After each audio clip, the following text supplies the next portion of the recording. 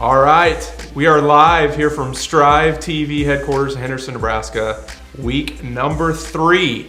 We made it to week number 3 of our Prep Huddle live show here on StrivSports.com. Excited for you to be joining us. Hopefully this is your third week in a row for those tuning in. Maybe we got some newcomers. I know Tony and I put it on Facebook, Twitter today to try to get some more people to tune in to our awesome show, talking about all the things going on with Striv schools and sports and Nebraska high school prep sports across the state.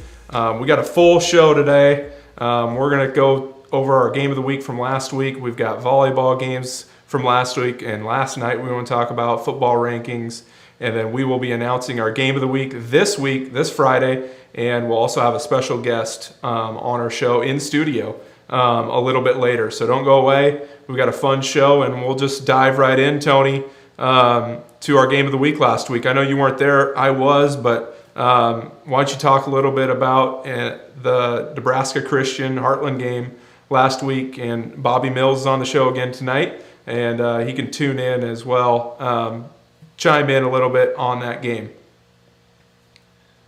Thanks, Taylor. It's good to be back with you. We're obviously excited for week 3 as well. Yeah, we had Heartland and Nebraska Christian last week, and I know you were there, and we kind of tried to change things up and do a little bit of extra coverage last week as I went down to Shickley to see BDS and Giltner. So 2 really good games, and we were excited to be able to watch Heartland and Nebraska Christian, both teams that went to the playoffs last year, and what we thought would be a good game. And Heartland obviously asserted their will early in this one. They jumped out to a 38-0 halftime lead, and you know, we always hear down in Lincoln about how Tim Beck and the offense wants to be multiple. Heartland is anything but. They know exactly who they are.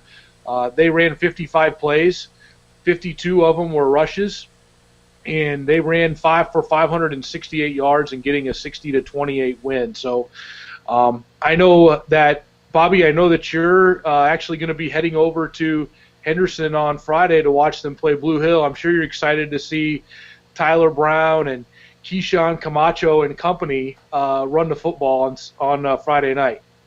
I am. The last time I saw Jordan Heinrichs was when he was a freshman. So I'm really excited to take all this in because I think that's a great football team. Yeah, I think so. I think you know, with all 8 players back from last year, they obviously had high expectations.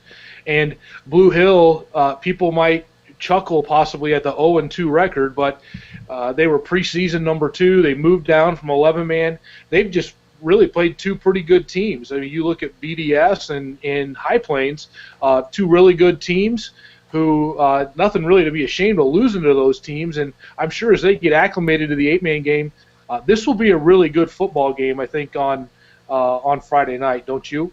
I think it should be. And Blue Hill has an excellent line, as does Heartland, and, of course, the real fine running back, Keith Ngourie. So I'm looking for a good football game. And if this one ends up a blowout, I don't know what to say about Heartland. Yeah, I agree. I don't know if you want to add anything there, Taylor. Of course, you know, the thing we'd add about Nebraska Christian, you know, they're going to win some more football games. I'd expect this team really to be in the playoffs come the end of the year. They're a talented bunch. Heartland's just, you know, kind of you get those years every once in a while where things are really special. And so I know kind of you see Heartland a lot, but I think Nebraska Christian has a lot of good things going as well up in Nebraska or up in Central City. Yeah, Heartland got a real quick start, and I think it shocked Nebraska Christian last week, and Nebraska Christian kind of settled in second half. You know, ended up putting up 28 points on the board, which, you know, they played hard to the end, and commend them for that. But Heartland, we've been, you know, I live in Henderson. We've been waiting for this. Like Bobby said, he watching him, Jordan Heinrichs, when he was a freshman. We've been waiting 4 years for this kind of play from these guys, and they didn't have any seniors last year on the team. So these guys have definitely worked hard for this, and excited to see them play Blue Hill and High Plains and BDS this year. It's going to be a fun. We have only begun an exciting start to the football season here in Nebraska. So, yep, I couldn't agree more. All right, so that's the recap there, the game of the week. Thanks to the folks at Nebraska Christian for providing the clips there, uploading their game archive there on Striv on their channel. And if you want to watch the full replay, you can go on to strive.tv to the Nebraska Christian channel and watch that game. So thanks to the crew up there for filming that and recording it. So, all right, let's jump over to volleyball. I know, Tony, you want to talk about some games last Thursday. We had a huge game on Strive last night with Sutton and Superior, and just kind of talk about any games coming up tomorrow that are on Strive and some of the rankings. I'll let you take it from there. Yeah, absolutely. Let's just briefly go through the rankings really quick. Again, Millard West is ranked 5th in Class A. They're 9-1 on the rankings, but I believe 9-2 now. They lost to Papillion Vista last night, who is number 1 in Class A and in all classes. And then we go down to Class B, Grand Island Northwest. Despite a loss last week to North Platte, they moved up again last night, beat Kearney in Class A. They're 6-2 and ranked 6th. And Aurora is 8-3 and ranked 9th in Class B. Moving down, I think we don't have anybody ranked in Class C1, and then moving down to Class C2, we have Sutton, who is 8th and now 5-2, and they actually beat 5th ranked Superior, who is now 6-1. Just a couple quick ones on that. It was a 4-setter for the Phillies last night. They won the first set 25-23. Lost the second set 30-28, then 27-25 in the third, and then 25-20. They beat Superior in the fourth. It's a good comeback from the Phillies. They went 4-0 into the Kearney Catholic tournament last week and were beat by Kearney Catholic, who's one of the top teams in C1. Then they were also beaten by Aurora. So those are their 2 losses. Nothing to be ashamed of there. And last night for Sutton, you had Sydney Grease with 20 kills and McKenna Grease with 15. Somebody can tweet me. I don't know if they're sisters or twins or they may be cousins. Grease and Smith are kind of the same thing in Sutton. Yeah. So there's a lot of them. Hopefully Dana Wiseman, if you're watching, you tweet us and let us know that. That'd be great. Yeah, so that was kind of our big game last night. And then, Taylor, I'm not sure if Hampton, as we move down into the Class D rankings, Hampton, of course, last week had a great match, 28-26 in the third set with Giltner in their triangular, and they jumped Giltner, or actually they fell in the rankings from 3rd to 4th. They were beat by Bertrand over the weekend, so Hampton's 4th and Giltner's 5th right now. Johnson Brock actually moved up from 5th to 2nd in Class D2. So 3 teams ranked there in D2, and then Hampton actually beat Shelby Rising City in an interesting 5-setter last night.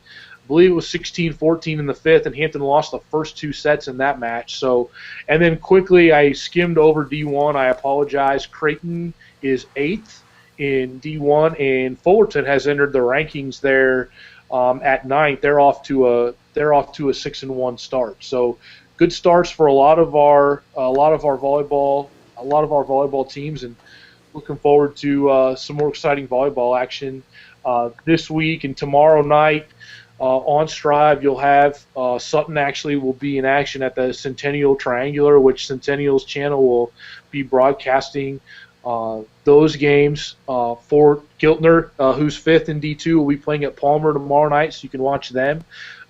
In Millard West, I see we're streaming them tomorrow night. They'll play Millard South, and I believe both of those teams are ranked in Class A. So some pretty good volleyball on tap for tomorrow night as well. Yeah, thanks, Tony, for the rundown there. We are in prime time volleyball season with games Tuesday, Thursday, and even tournaments on Saturday. So lots of action to keep up on, and you can always find the upcoming events on Strive TV on the upcoming events tab to see kind of the schedule for that night, as Tony referred to. So quick shout out to the Omaha Central Eagles. We're repping their shirt tonight in the purple. They gave me this shirt and want to give them a shout out to Omaha Central. And again, you guys who are watching, if you're watching, send me your school shirt and I'll send you a Striv shirt, and I will wear it on the show. So still waiting. I got one from Grand Island Northwest. Coach Stein hooked us up. So if you're watching, get us a shirt and we'll get you a Striv shirt and I'll wear it on the show. And we're going to try using the hashtag Prep Huddle Live on Twitter, and you can tweet at us using that, or at Striv Sports on Twitter.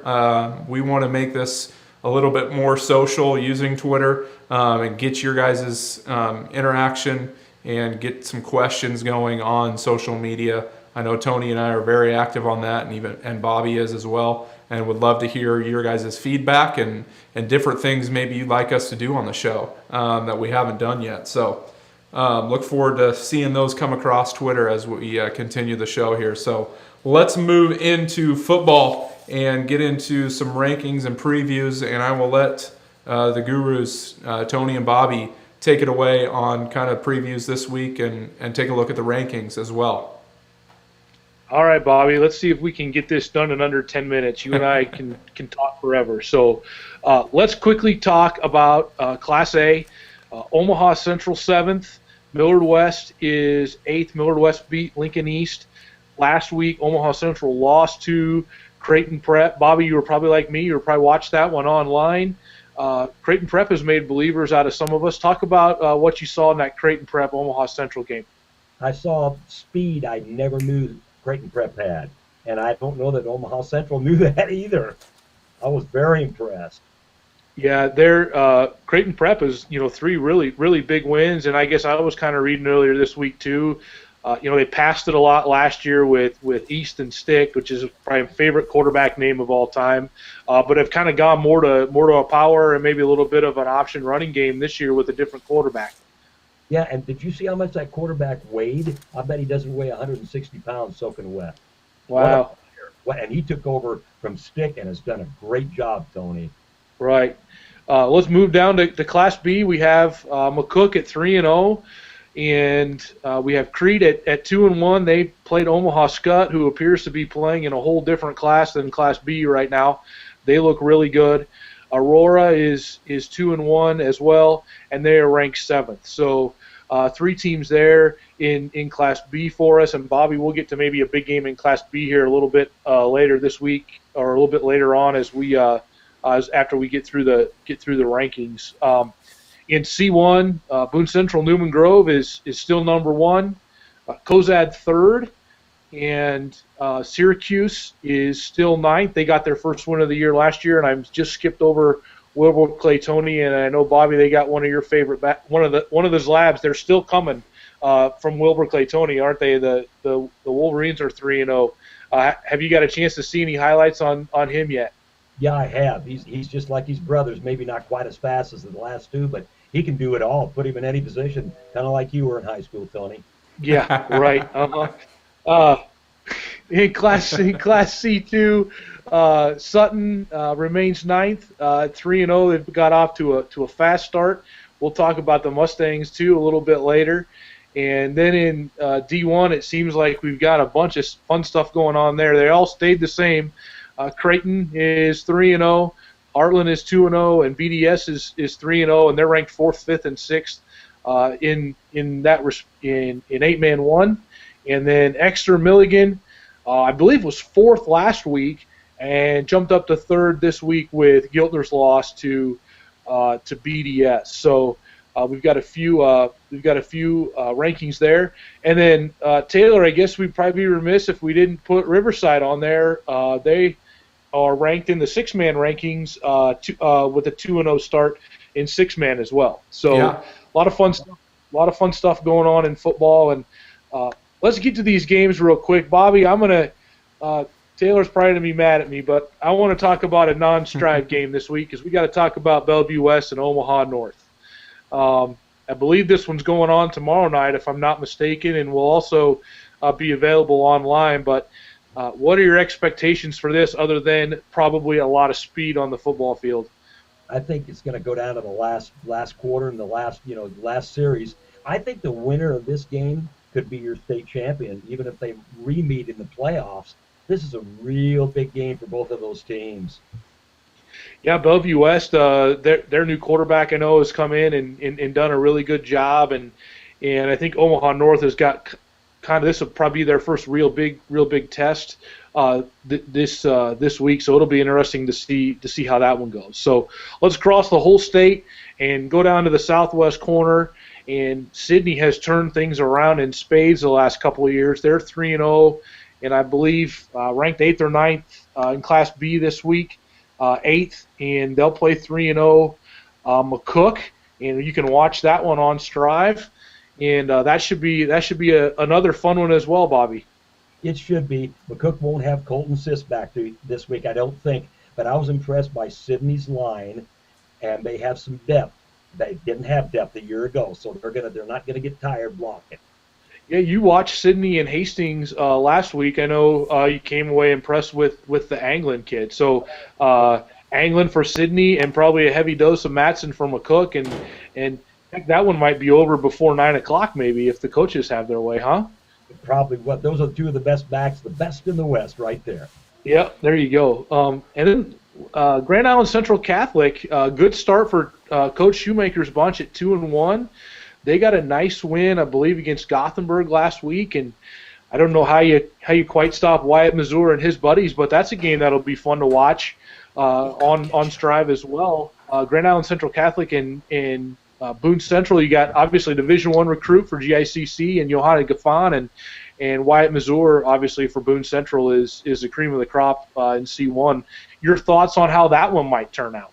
Well, Central Catholic can compete if they don't get down in a hurry like Nebraska Christian did last week. Then they'll probably stay in there. But boy, Boone's awful tough. Yep, absolutely. And then you have Centennial hosting Doniphan Trumbull. Taylor, interject here. I think that one will be on Striv as well, correct? They are in Utica. They do. It will not. They don't have internet at their press box currently, and they're doing some construction there at their new gym, and that's taking the focus. And then also a quick note on the McCook game. That actually will not be streamed as well. As far as I know, their equipment got stolen, so waiting for that to come in, and they'll start streaming again. So, okay. Well, just quickly, Bobby, let's talk. Centennial made the playoffs last year, had a nice little run in the playoffs. They're 2-1. They got beat by Southern last week, and then Doniphan Trumbull after the close game against North Platte St. Pat's in Week 1 has rattled off 2 wins against some decent teams. I know you saw Doniphan Trumbull. Any thoughts there? I can't believe how prolific these little guys are in the backfield. Quarterback, and this is a much smaller team, but I don't know if anybody's had a passing game this year against Doniphan Trumbull like Centennial will present. Could be a great contrast in styles. Yeah, absolutely. Okay, Taylor, let me make sure I'm not 0 for 3. How about Kearney Catholic and Cozad? Hopefully somebody can watch that one. Am I right? Yes, yeah, they should be up and running. They had some internet issues their first game, but they should be good to go. That one should be, in the words of one of my favorite radio guys down in Hastings, a slobber knocker. So I think that was, I believe Cozad, that was an overtime game last year, wasn't it, Bobby, in the regular season? Yeah. And 2 really good teams who will be playing well into November would be my guess. Well, it is, and every hot tub in Kearney and Cozad will be busy after that one game, I can tell you that. Yeah. That will be a hard-hitting smash fest. That should be fun. Both those teams are 3-0. You'd expect that to be a one possession, if not possibly even an overtime game. It should be really good. Bobby, we talked about it just briefly. This is kind of our last game that I wanted to preview, but we talked about Blue Hill preseason number 2 in D1 and lost those first 2 games, and they'll travel to Heartland. Anything else you wanted to add on that one that you're looking forward to seeing on Friday night? Well, didn't Blue Hill get down by 28 points last week and then come back against High Plains? I believe it was 43-12 at one point early in the fourth quarter, and then it got silly there, if I'm not mistaken. Well, I don't think they can do that against Heartland. Do you? I don't think you want to get down to the horses like that. And heck, Heartland hasn't even shown their passing game to any extent yet. Right. But it should be a great game. It's the game that I picked over all others. Yep, it should be fun. So, Taylor, that kind of wraps it up. I know we've got a fun one that we're going to announce here in a couple minutes. But those are kind of the ones we wanted to talk about and preview this week. So. All right, thanks, guys. That was a great preview. Ton of games. As Tony mentioned, you guys can watch online and follow on Twitter. We'll be tweeting at our game of the week, which we'll be announcing here shortly. But want to highlight, every week we pick a Striv Star of the Week, and we're going to call it the Striv Huddle Star of the Week here as well, because the student athletes have been sending us their clips on Huddle, so it's been fun to highlight those students. And Tony, I'll let you go ahead, and I want to really quick thank Dana Wiseman, the superintendent at Sutton. She just tweeted us, and I don't know if you've seen this yet, Tony, but she said the Grease Girls are actually part of a set of triplets, and they have a brother that plays football as well. So thank you, Dana. Appreciate the tweet letting us know that. So that's quite the family of athletes there. So. Well, we're staying in Sutton for our Athlete of the Week, Taylor, or Star of the Week, as you say, and it's Noah Johnson. And Bobby, last week I probably should have made him the Star of the Week, and I went with Grant Norder instead because of the big fumble return and his passing. And so this week, Grant Norder, of course, goes for 362 total yards, 183 passing, 179 rushing, has another defensive touchdown in BDS's 82-36 win over Giltner, which was just a shocker to me. But I'm passing him up for Noah Johnson because I passed up Noah Johnson last week. So Noah Johnson is our Star of the Week. And, Bobby, he's got 845 yards in 3 games, and I think, if the math is right, I think he's done that on 72 carries, which is, you can do the math there. It's about 12 yards per tote he's averaging through 3 games. Last week against Tri-County, 44-6 win for the Mustangs. He carried 21 times for 210 yards, and he's having a fantastic season early. Have you ever had anybody get 1,000 yards in the first 3 games, Bobby? Not the first 3, no, never. Not to my recollection, no. Well, he's only got 155 left, so we probably will see if he can get it here in Game 4, which would be quite the feat. And I know you've seen him play a couple times. I know I saw him I did not see Sutton play last year, but I saw them play their state final year in 2012, and Noah was just a sophomore, and he had 2 big plays, and they had a big win against St. Cecilia in the regular season, and he's been playing for a long time, so it's good to see him have some success. And I'm sure the 1,000-yard guy Carr might get down to Sutton sometime this year, don't you think? I have to make that one. How about Sutton St. Cecilia or something like that? He's just as prolific on defense as he is on offense, too. We know that. Yeah. Yep, he should be, and it's been really good. So we congratulate Noah and all of the Mustangs. Actually, I know he's running behind a big line there, and they're off to a really good start. So Sutton, always a place near and dear to my heart. I worked at the newspaper there right out of college, and great people there and a great town. So we're excited to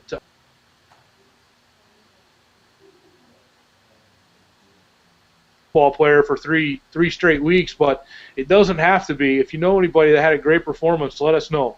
Send it our way on Facebook or Twitter, and we're happy to recognize any athlete of one of our Strive schools as our Huddle Star of the Week. So, absolutely, yeah, we were talking about that, and I want to give a quick thanks to, again, Dana Wiseman at Sutton and Craig Rayford, who helped us get the Huddle clips and available for us to feature him and highlight his accomplishments so far in an early season. So congrats to Noah Johnson, and we'll be tweeting that out after the show with a little clip from the show that showed the Huddle clips as well. So, all right, we have come to that moment where we are going to take a quick break and hear from our sponsor, which is Cornerstone Bank. I want to thank them, give them a shout out for helping sponsor Strive Sports. And if there are anybody watching that would like to sponsor Strive Sports, get a hold of us, tweet us, shoot us an email. You can hit the contact button on the website. We'd love to have you a part of this great thing we're trying to build here in Nebraska, covering Strive schools and Strive Sports and sports across the whole state. So we'll take a quick break, be back with our special guest, and announce our game of the week coming up on Friday. Yeah, I get it. For the little things. Technology's great. It makes things easier. It's faster. we can get things done wherever we go. And we get all that from our bank. It works for us. But for the bigger things, the things that really count, I still want to talk to the people I know and trust.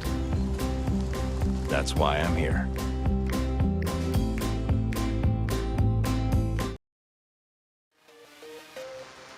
All right, we're back and we're ready to announce our game of the week this week, which is going to feature our High Plains Storm and the BDS Eagles up in Clarks, Nebraska on Friday night. And we're excited to have the BDS Eagles Coach Mark Rotter, in studio.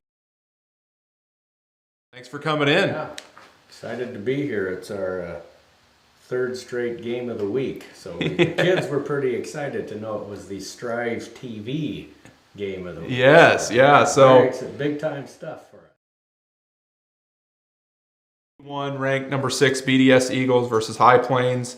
Both teams coming off some big wins. Last Saturday, as BDS scored 46 unanswered points to break a 36-36 tie. To beat then Class D2 ranked number 3 Giltner in a thriller last week that we mentioned Tony was at. High Plains, they lost their opening game in a tough loss to Guardian Angels Central Catholic by the score of 42-38. Made a comeback at the end, couldn't quite pull it off, but bounced back last week, as we mentioned, and beat Blue Hill 43-40. Hung on to beat a good Blue Hill team.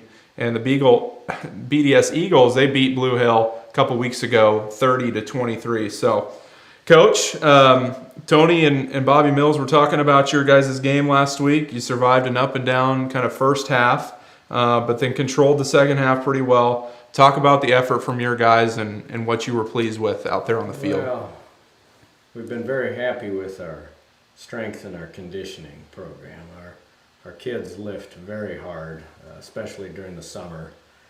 So I mean, basically when we start practice, most of them are already in shape. So we've been very happy. We've felt our last 2 games that there was a point in each game where the other team really looked tired, and that we did not. You know, Giltner was just so dang fast that we just kept preaching to our kids, you know, the more physical we would get with them, that great speed would maybe slow down a bit. And so, you know, I'm not sure exactly what happened in the second half. If we kept, you know, we were very physical with it. Yeah. And so if it kind of wore them down and they didn't seem as fast in the second half, and they had 3 turnovers right in a row that just killed them. So, you know, we were very happy with the second half. Yeah, absolutely. As I said, Tony was there. He kind of told me, yeah, I was following his tweets of the scores coming in, and he just said this is just getting silly down here. So it's like a video game. Yeah. That would be a good way to put it. So it's not so much fun when you're coaching a video game. When you're watching or playing a video game is fun. Coaching, that's not as much fun. Yeah. So let's talk about both you guys, both teams, both you and High Plains have played what is believed to be a good team in Blue Hill the past couple weeks. Did you learn anything from watching the film against High Plains Blue Hill this week? We learned I'm scared to death of them. I mean, we thought Blue Hill was an excellent team, and like I said, High Plains, you know, was doing really well against them and got way ahead and really had control of the game against Blue Hill in a way that we never did. We never felt we had control of the game. So, you know, we think they are very, very good, and it's a big CRC matchup. You know, Crossroads Conference. We really talk a lot about to our kids about that, like when we play a Giltner or a Exeter Milligan or High Plains or any of those. So, trying to do well in our conference is very important.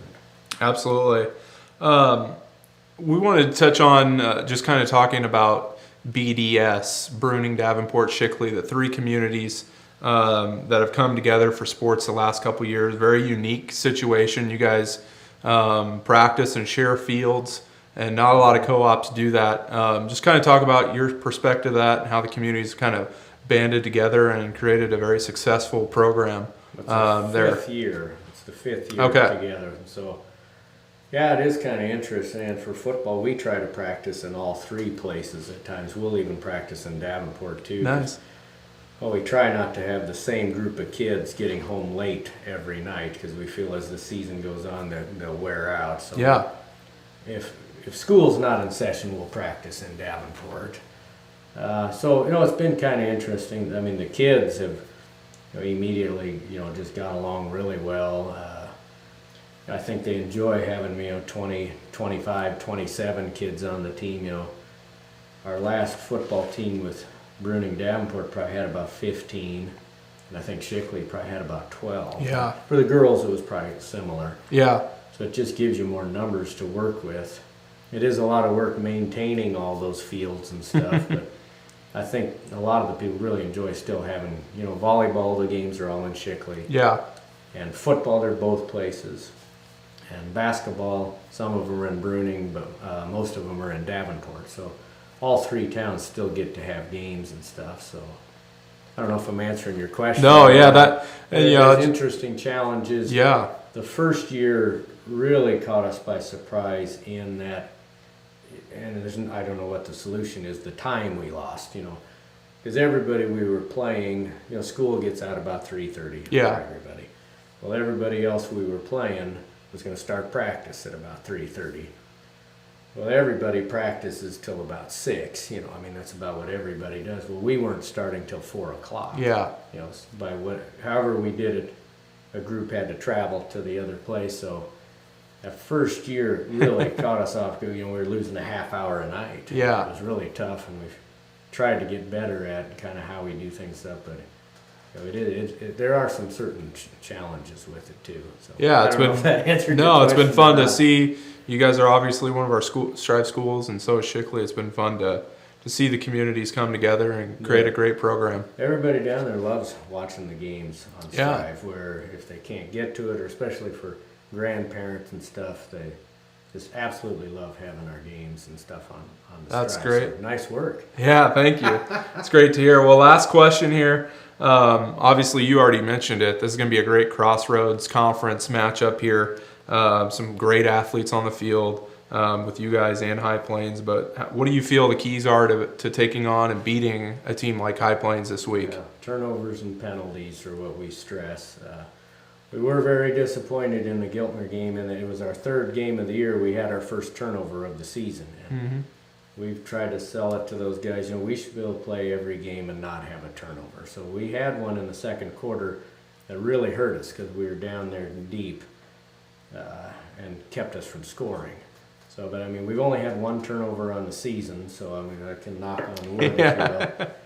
So, turnovers are critical. And like I said, Giltner had 3 in that third quarter that just really doomed them. So that'll be huge. And, penalties, we've tried to really work with our kids on the difference between aggressive type penalties, holding or pass interference or whatever, and then just stupid penalties where illegal motion or jumping off sides. And there's a difference in that kind of stuff. Because we'll have penalties.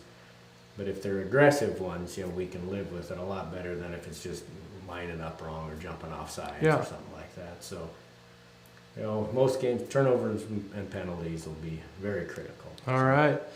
Well, we are excited to be there. Tony and myself will be there to cover the game, and should be the weather should be great. Should be a great matchup, and we are excited to feature it as our game of the week.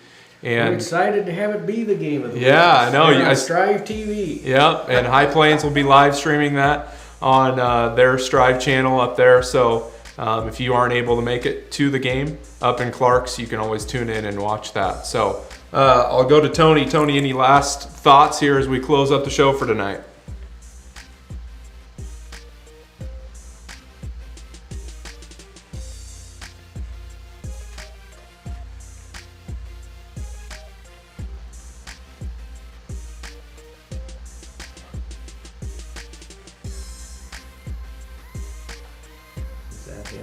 Played twice last year, and it was Howells Dodge and Exeter Milligan, both of their only 2 losses. So we'll see how it goes this week. I'm excited to see the athlits on both sides. All right. Thank you all for tuning in CRC matchup to week number 3 of Strive Sports Prep Huddle Live. If you missed it live, or anyone that missed it live, we'll be putting up the recording tonight for you to watch the on-demand video of it. And again, thanks, Coach, for coming in. No problem. He actually just lives up the road from us, so it worked out really well for him to come in studio tonight And we will see you guys next Wednesday, same time, 7:30 p.m. Have a great rest of the week.